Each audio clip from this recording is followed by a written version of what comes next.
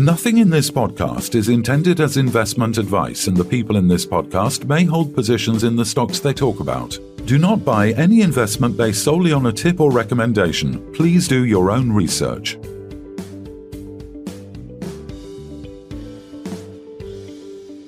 Hello and welcome to the Midweek Takeaway. Today we're joined by Colin Bird, Executive Chairman of Xtract Resources. Welcome back, Colin. Thank you, and Happy New Year, both of you. A bit belated, but I think this is the best site to say and best time to say Happy New Year. Absolutely. So obviously, today the company announced the proposed disposal of the Manica Gold Project in Mozambique. The Manica Gold Project, held by the company's subsidiary Explorator, includes gold deposits, both hard rock and alluvial. Due to challenging market conditions for junior exploration companies, the company intends to sell the Manica Gold Project for up to $15 million. And Xtract will also receive $3.25 million cash to settle all outstanding payments owed by MMP to Xtract, with $2 million already paid, and terminate the mining collaboration agreement. The proceeds will be used to accelerate existing copper projects in Zambia and explore new opportunities in Southern Africa. Overall, the company aims to sell the Manica Gold Project to mitigate risks and allocate resources to more promising projects in copper and other metals. Do you want to add more on the rationale of this proposed asset sale and more on what the funds will be used for going forwards, please, Colin? Well, gentlemen, I really hope that does say it, because behind the words are always the words. And first of all, I think we should congratulate our partners of putting this together in a hostile part of the world where they had to face border closures for COVID, etc., and we got the operation going. For that, we're pleased. Probably we're half the way down now with the oxides and approaching the transition zone. And as you know, there's absolutely no certainty as the size of the transition zone and the metallurgical processing performance of the transition zone. So we're approaching that time, gents, that we've got to make a decision. We may be invited. The collaboration agreement doesn't enable us to be invited. But if we're invited, we've got to cough up shareholder money or loans to, in actual fact, subscribe to phase 2. Now, phase 2 will include at some time underground mining. We don't want to go there in an hostile situation. Very difficult part of the world, Manica. And similarly, we're not that sure on where the sulfides start, what the metallurgical capabilities are. And of course, if we're minority partners, by definition, we will not be making the final solution. We will not be making the final analysis. We will not be part of developing the final flow sheets, and we will not be part of the final capital structure. And so indeed, with 23%, you are a silent partner, whether you like it or not. That's a silent partner which has got all the concessional and regulatory obligations. So I'm not sure I am sure because we've made this sale. I think this is an optimum time for us to recoup benefit from the sale, have a treasury which can manage. As you know, we're very, very pleased with the northwestern Zambian situation that we've got in any case for the commoditite mineralization, plus the small mining opportunities, which are cheap entry and quick to get returns on capital employed. And capital employed is usually less than $200,000-$300,000. So that's where we want to be. So there's an exit at a quite healthy price, because I don't know if you remember, the exit was 20 million, Phil, when we signed the agreement. They could pay us 20 million. Altogether, this comes to about 18.36. And the ore body is well over half depleted. So dare I say, I think it was quite a good exit for our shareholders. And really, the rest that's in the announcement there, that's the rationale. And I do hope that nobody thinks, they're selling the crown jewels for risky development. There's always that could be leveled at us. That's not so. The Western Foreland region there's a lot of competition for positions within that geological environment. So rewards will be relatively quick. And to build up cash flow again with a small mine concept, I think will probably take 1 to 2 years, and will establish quite a nice income base as well. So we feel that we're giving our shareholders short-term advantage. We don't want to go, if there's any hiccups in Manica, we don't want to go for placings. And similarly, if we were invited, we want complete control over the design of the plant and all what goes with it, the upgraded plant for the sulfides. So all in all, I think it's a good result for our shareholders. And we could, nascent of, and I think everybody in the junior section everybody keeps saying tomorrow's a better day, but I've yet to see it for 3 years now, Phil. Yeah. So you just said, I mean, basically cash is king in this current environment, and probably right. And I think in your statement, you said that effectively the president of Zambia is targeting annual production of sort of 3 million tons of copper per annum. So how confident are you that Xtract can become a major key player in that copper discovery and copper development arena in Zambia? Very, very, Phil. It's not as though we're a new entrant. Just got off the plane starry-eyed. We've been there the best part of 5 years. We know Zambia. Zambia's been kind to us. It's the place where we're well known. And I'm pretty sure that, well, there's no buts about it, of course. We've got those 2 projects. I think we'll probably be able to get another one. And similarly, the Zambia is a bit of an anomaly, really. It's littered with small plants, and they're not that small. Some of them are up to 500,000 tons a year, and would have got no feed. And we've been very, very strong on the ground, talking to the people that have feed, and yet there's no ability whatsoever to actually either transport that feed, start an open cast mine. We don't want to go underground. Start an open cast mine, or indeed put some dimensions. We've got our own internal dimensions, which is something like not less than 1 million tons, but around about 150 to 300,000 tons per year.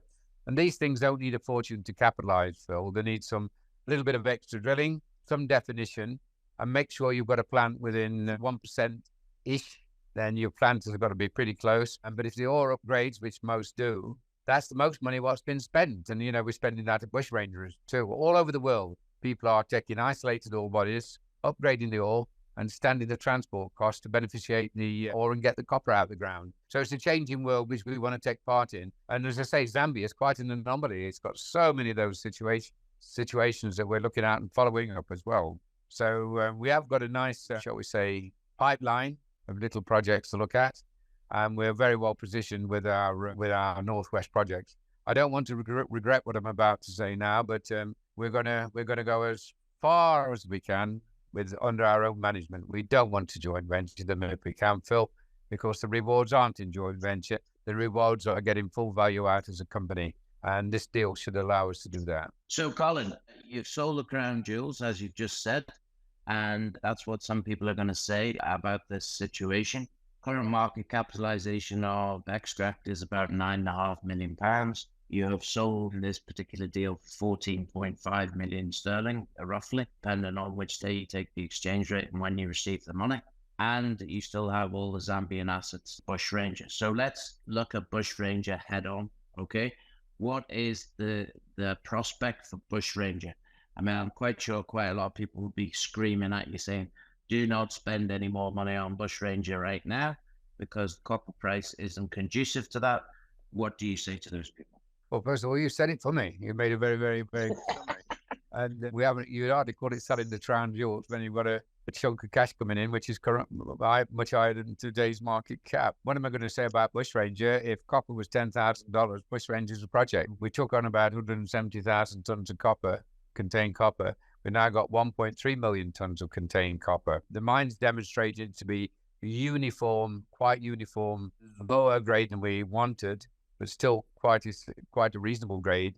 The high grade portion has yet to be investigated as a standalone situation. The project is open in whichever direction you look, including Ascot. So Bushranger is a mine, will be a mine, but we're talking about time. And I don't think it would be sensible for our shareholders to, in actual fact, spend available resources on, I think, fairly predictable now that we'll be getting much of the same. We'll get to 2 million, 2.5 million ton if we kept drilling. But I don't think we'd be doing our shareholders much of a service. There's a lot of interest in Bushranger. We're still carrying on with our conceptual work, desk study work. But the big prize is discovery in the short term being 2 years in Zambia. Future is in starting these small mines and having a good position in small mining in Zambia and establishing a reasonable level of monthly income to finance our exploration. And we're into what is our focus and always been our focus: copper. And of course, you do know that we do like Zambia, we like Namibia, and we like Botswana. We like that part of the world. And I think so does the rest of the world, because the buses and airplanes, everything, they're all arriving there. And I'm afraid a lot of that ground in the Northwest has been taken up. And the president is adamant that he's going to increase the production up to 3 million tons during his term. You saw the deal with Mapani, and Derby came in last week. That's 1.1 billion going on there. You see that Vedanta going back into KCM. Yeah. So a lot's happening. It's very, very, very active place to be with multi-opportunities. And, people say to me, Kevin, well, what do you want to be there for? It's over and done in terms of exploration. It's not even touched. In one of our enterprises, we're looking at a place called Shinganda. We're sure we've got an IOCG signature there, not traditional copper belt. But I've said on your podcast so many times, when you start a mine in 1920 and in 2023, it's still got 50 years to go, that's not a massive incentive to go exploring new concepts. We are exploring new concepts. Most people give up, these juniors, with the first hole they drill below a Gossan and gee whiz, nothing comes out very good.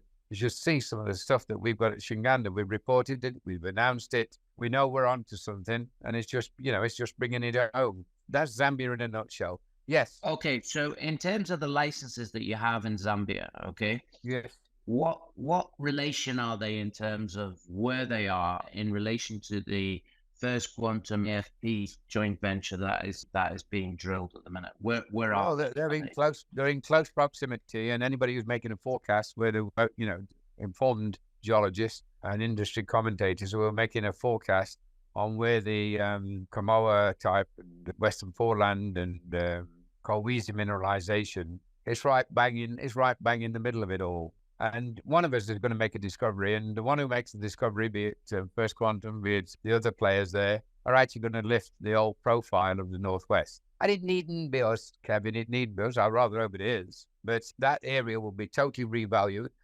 Broad statement, big statement, and I'll be criticized for saying it, but I think the Northwest is possibly the best real estate at the moment for new copper exploration. And that doesn't just bring in the technicalities. It brings in the politics, because Zambia is a good and safe place to work. It brings in the history, because it has an history of copper mining. And quite frankly, the industry is speaking for itself by the players who are trying to get positions in that area. So our shareholders should feel, and I think over the next few weeks, we will make sure that the significance is well understood and taken on board on the importance of that Northwest Zambian couple of positions we've got. And as I say, we're well advanced with our pipeline of projects. We know what we want to do. We know where we want to go. We know the best situations relative to current capacity. And we're doing what I think you've got to do now, Kevin. Cash is king. You've got to look after your cash. You've got to focus, and you've got to apply your resources, people, equipment, and money in a relatively confined area where you're in control of the outcome. And that's the decision the company's taken. And of course, we'll be asking its shareholders at general meeting to support them. And I guess that's the first part of the conversation, this podcast. And I thank you for giving us a forum. And you also mentioned, Colin, that you have the potential for another asset.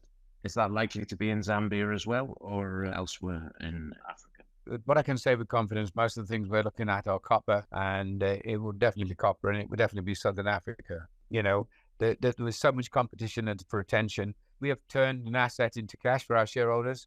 We've now got a duty to get the best possible asset and actually, in fact, investigate them. What we all want, and what London wants, Kevin, what London wants is discovery. I look back, and it's been ages now, as long as I can remember.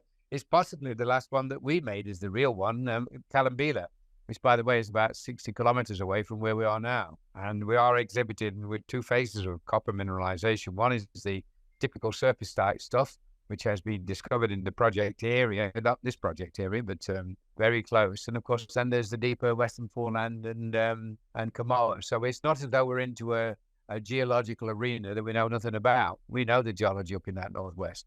And a major discovery, which we sold for $265 million. And when do you think we're gonna hear more news from First Quantum African Pioneer? Because obviously there's been issues with not African Pioneer, with First Quantum, with what's happened to them in Panama.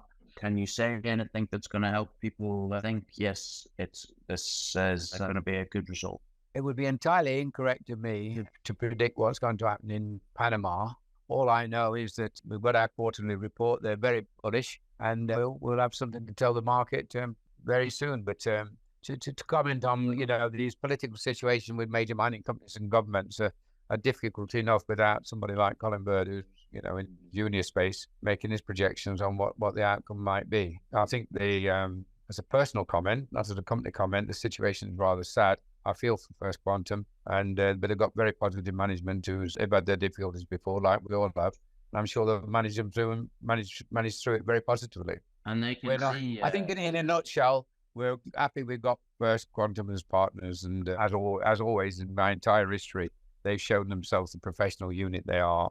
And I don't think I can comment outside our joint venture. Yeah, but is it fair to say that this joint venture, if it has the potential that we all hope it has, will actually be a bit of a game changer for First Quantum as well in terms of quality and quantity of copper available? Well, every CEO, from BHP to First Quantum to Rio Tinto to Freeport to South 32, you keep going, you keep naming them, you know the names, are desperately looking to acquire and to acquire ground for its inventory, because the sales side of copper 2 years forward, the copper available for saleable copper for sale, it's a dismal picture. I know the people are going to say, oh, there's Birdie again with his copper story. It's been slow to take off, and let's face it, 2 world wars are a pretty difficult environment to shoot against. 2 significant world wars, and then prospects of China going on the back foot economically. But Phil, Kevin, we have to face up to it, that it's not all about electrical vehicles. It's about an emerging world who's got a need for those materials that copper basically goes into. And that applies for nickel. This world is changing. The copper is going to be the new industrial revolution. I've been silly enough to say that wars were fought over oil and they might be fought over copper. I still feel exactly the same. There's going to be a massive push. The Chinese push for raw materials, and particularly copper, remains the same. There are other players in the space. And my feel is that when you look at the price of about, what is it today, 8,002, with the headwinds it's got against it, looking back for the last 10 years, copper are doing extremely well in this environment. And we'll just watch this space late 2024 and 25.